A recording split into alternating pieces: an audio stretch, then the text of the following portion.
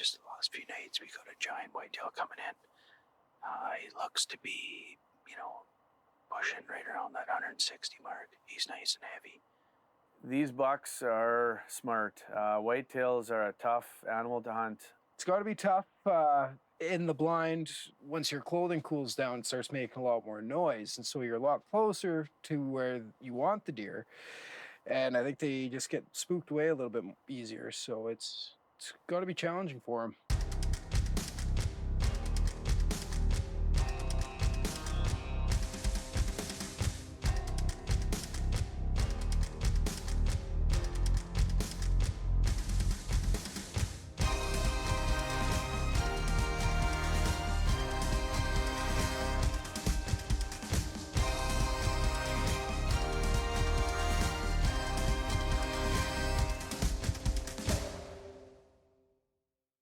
Prairie Pursuit is brought to you by Bushnell, BL & Sons Construction, Capital Auto Group, Real Estate Center, North Pro Sports, Canadian Dent, BlackRock Automation, Good To Go Rentals, JB's Sausage Maker Supplies, Customize Car, Truck, Powersport, Marine Audio Accessories.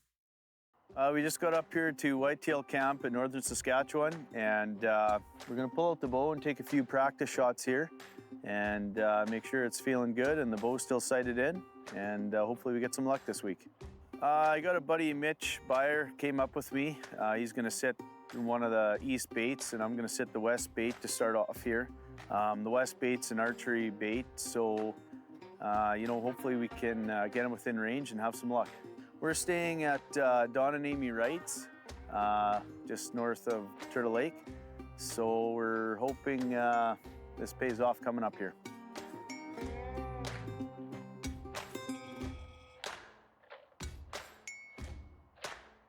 Well, we're staying in Murray's Moose Shack, and it's quite cozy actually. It works good, it gets the job done. We got all the cooking supplies and everything in there. And it's nice and warm, so that's all we can ask for.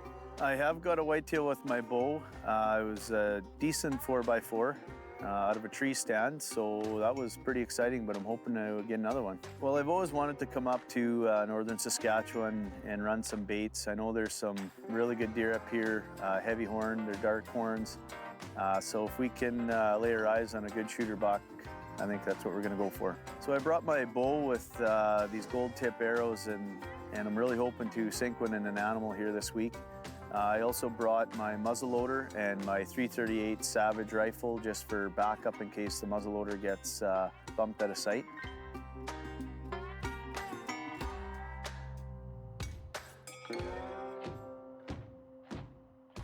I wouldn't really say there's a specific strategy for hunting white-tailed deer. There's lots of ways to do it. But I guess whatever suits you and is going to work for you, that's what I recommend doing. There is lots of different methods: tree stand, ground glide, spot and stalk, push and bush. They all work good.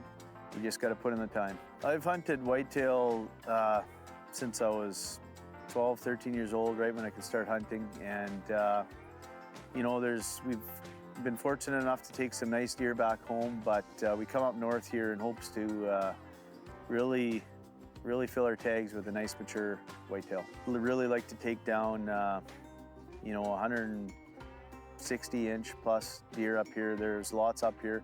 They're dark horns, heavy deer. So that's what we're gonna go for. And if that means walking out of here without taking a deer, that's okay by me. Yeah, we took the quads out, the day before we were getting set up to restock the baits and get some more hay out there and just try and, pull the SD cards, put new ones in so we could at least go through and see if we had any, worthwhile animals coming in.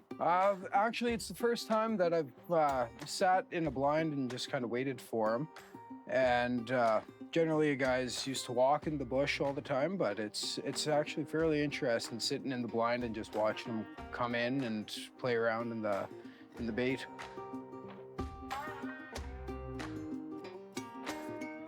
We got a nice 4x4 here on our rifle stand. I'd say he'd be a shooter. he looks like a good deer. So hopefully we're gonna look at the date and the time. If we can get him in on legal light, he might be getting some lead thrown at him. So you can see his main beams curling around out front. Looks like he's going to be a 4x4. You can't really see his brow tines, but looks like he does have some good main beams to him.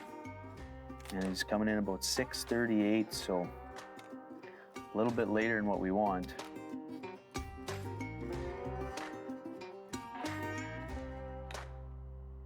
We are in the bow zone on this guy. We just got looking at these pictures here, and there is a really nice buck coming in. It looks to be a 4x4, but we're gonna check the other camera here, but he looks nice and heavy. He looks got a pretty good spread on him, so he's definitely a shooter buck. He's probably standing about 25 yards from my blind, you can see in the background. So yeah, that's right in the wheelhouse.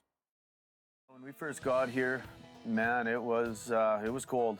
It was miserable that first day. It was snowing and blowing. Like I said though, Don, he had the parking lot here out front plowed for us in the whole yard, and the shack was warmed up.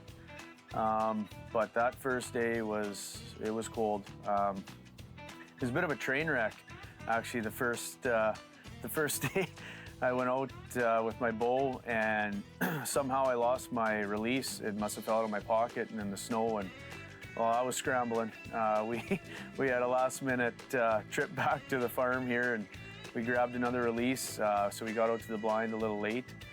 But we got in and sat, and we did see some deer, but it was a bit of a rodeo. Yeah, it's been another learning curve again. Hunting archery in a smaller blind is very difficult to do, especially with another guy in there and a camera. One guy in there with the bow is tough enough. If I were to do it again, I'd switch the blinds. I have a bigger blind at the other bait station. So that's a good lesson learned. You know, all in all, we're getting by. We shuffled the chairs around, made it work, and yeah, we're able to draw the bow back in there now. We had some deer coming in, but just not the one we're after yet.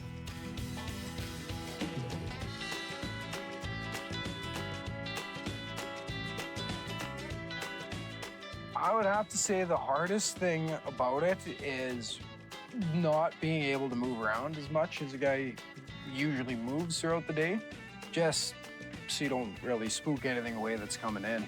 Well, I found as soon as my jacket gets pretty cold, it starts making a little bit more noise than I'd like it to, but even just moving to pick up, you know, with binoculars or anything like that. Calvin trying to do with his bow, I think is actually very valiant effort, to say the least, because it's got to be tough in the blind, especially like I had said before, like once your clothing cools down, it starts making a lot more noise, and so you're a lot closer to where you want the deer, and I think they just get spooked away a little bit easier, so it's got to be challenging for them.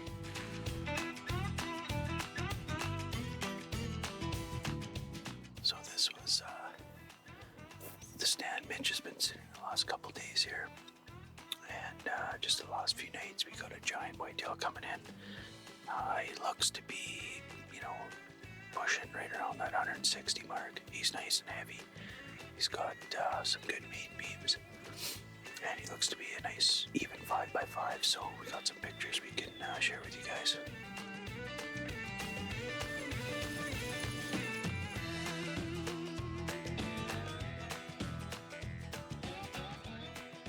It was so cold there the first 2 days. The first day we didn't even have the heater. We forgot it back at camp.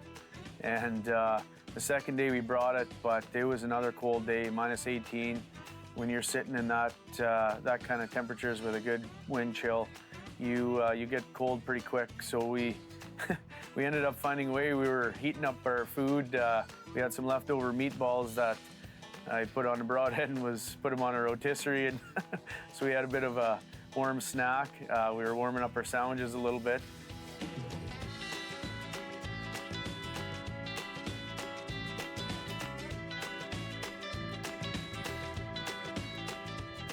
These bucks are smart. Whitetails are a tough animal to hunt. We've been after these guys for 3 days now, and like I said, the does, the spikers, They're coming in quite regularly, but a lot of the big ones, you hear them snorting and blowing, and you see them walking around you, but they're not quite coming in. So we're gonna have to switch some things up here and try and figure them out. We're gonna have a look at some cards with Don and Amy here tonight. We got a lasagna in the oven.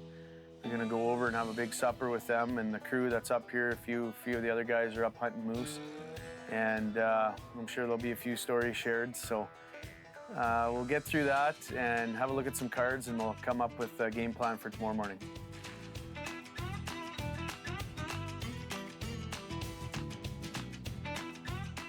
This looks to be a 5x5, and it's pretty heavy. Nice long main beams. There. It curls in on the left, eh? Yeah. And actually, there's no fourth point on that side, or it's Well, it's hard to see. So we're getting some lessons here from Amy. I think she's the only one in the house that's tagged out right now. She got a pretty nice moose and a nice whitetail. We got some bacon and hash browns rolling this morning here. Hopefully we can get a good breakfast in us and start the morning off right. We're going to switch stands here this morning. We got a wind out of the south, so hopefully that's going to play in our favor. And we have some luck today. Well, the stand here is it's about 85 yards from the bait, which is a little too far for my bow. I can shoot 80, but that's definitely not an ethical shot. You're just risking wounding an animal. So we thought we'd switch it up.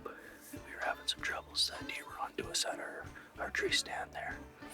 We had some come in, but a lot of them were catching our scent. The wind was swirling in the bush too much, so we're going to try this muzzleloader stand here and see what happens. We check the cameras, and there is a giant coming in here. So we got a last minute decision. We pulled the pin where we were at. We come over here, brought a little bait in to freshen it up. We just got set up. So hopefully we did the right move here and he comes in this evening. I definitely like the muzzleloader because it is limited range. You are limited in the bush. It is a hard-hitting gun. You do have one shot, so you gotta make it count. You gotta take your time. But I shot my moose with this gun, and that moose didn't run 20 yards and fell over, so I know it's got some good knockdown power. And I think where we're at, we're only gonna get one shot anyway, so we're just gonna make it count. This deer, he's got really nice main beams, nice and low, and he's heavy. He looks, he's about I think he's a 5x5 the way it looks here in the pictures. He looks really even. I'm thinking he's gonna be right around that 160-inch mark.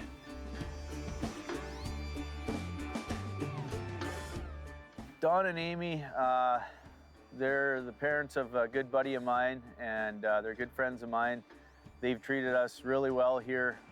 Don's helped me out. We went out and we found some good spots for my baits, and he's helped kind of maintain them and keep them up, keep them baited.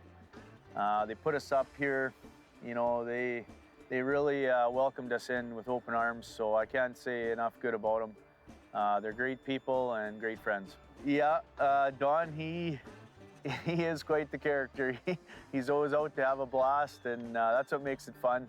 You know, him and some of his friends there, they get kayaking away and chin wagging, and man, it's quite comical. So it's always entertaining up here, and it's a really good group of people. Well, Don's still out chasing a moose around. They're having troubles finding some too. Last year they had a really good year. They tagged out. There's quite a few of them, and you know, this year they're seeing lots of tracks, lots of beds, but yeah, they're having trouble too tracking them down right now. But I'm sure they'll get one yet. They're pretty relentless as well. So I had to go back for some work stuff one evening. We took a break from whitetail, and I'm gonna give you guys over to Don. He's a real hoot in the bush.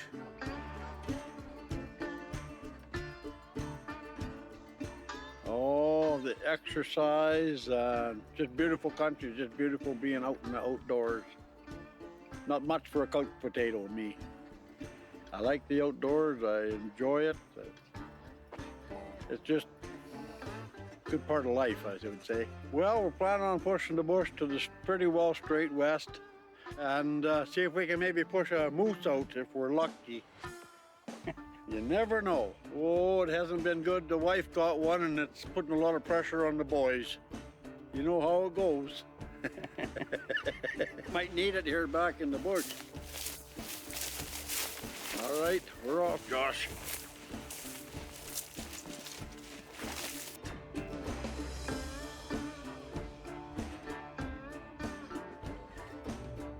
So just line your tree up and then go to that tree and then take another reading to something else, and you come through pretty close.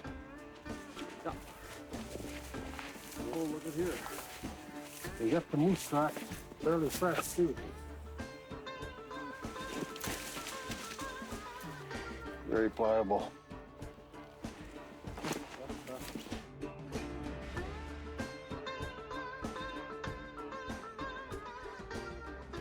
Am I supposed to be listening to you?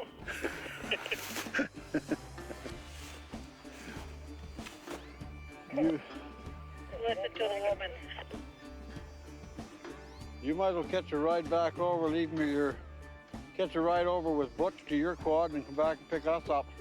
Moose is still on the loose. Moose is still on the loose. Yep, they got the upper hand on us. They know the country better than we do, and they know where to hide. There's no doubt about that. Well, we're the last day of the hunt here. You got a decision to make. Either we go back to the bow stand or go back to the east bait that's a little further back with muzzleloader. Still a little undecided. We haven't disturbed the bow stand here for a couple days now, so we might give that a try. We got to sit real quiet and hopefully they don't pick up our scent. But I think we're gonna give that a go again. Well, we'll have some luck there. We'll get some deer coming in. We just got to really sit quiet and get in here in the dark and hope for the best. We'll get some luck here yet today. I don't know, this morning it was looking pretty promising.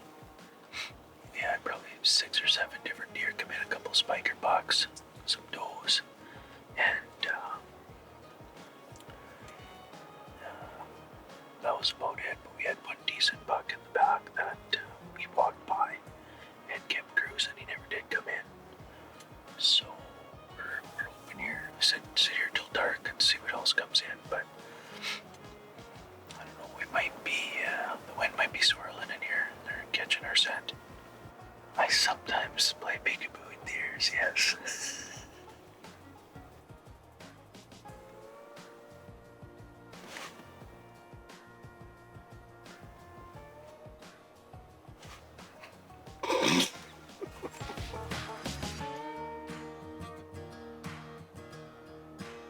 We're on the last day of the whitetail hunt here, and we still haven't had a nice shooter come in. We sat some long, cold days, and first couple days we sat with my bow at a different bait, and now we're sitting at a different bait in a ground blind with a muzzleloader. No shortage of action. I mean, we've seen lots of does, some spikers, little bucks. We got some really good deer on camera, but they're coming in at night, so we haven't had any luck in catching them during daylight hours. But we got a pretty good snowstorm setting in here, and we got to get rolling out soon. We got to get Josh back to the airport, so I think we might call her quits here pretty soon.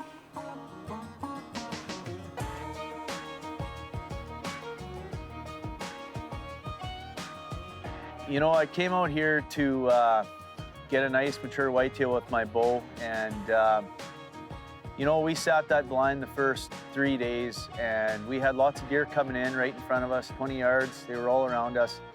But you know, some of the bucks, you could hear them snorting and blowing a little bit. Some of them wouldn't quite come in. So we decided to give it a little bit of a rest and switch it up. Go to the other blind where I took my muzzleloader. We got a really nice deer coming in over there. He's probably close to 160-inch deer. He was really nice 5x5 heavy. So we gave that a go and had no luck over there either. But we did hear quite a few shots and stuff, so I'm really hoping he's still running around out there. So if I was to switch TV shows, I think I'd call it the Doe Show. You know, and my name, I'd probably be the Bulldozer. Yeah, we could have plowed some does today. Holy man, we had does coming in everywhere.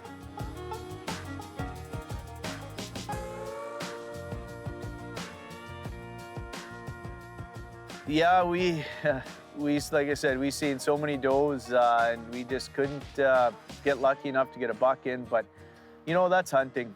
You got to have fun with it, and you're not always going to shoot the booner every year. And you know, there's lots of potential out there. There's some good deer running around, so a guy just got to keep his head up and keep trying. I think we're going to come back next weekend, let these does settle down. Hopefully they start bringing in some bucks here soon.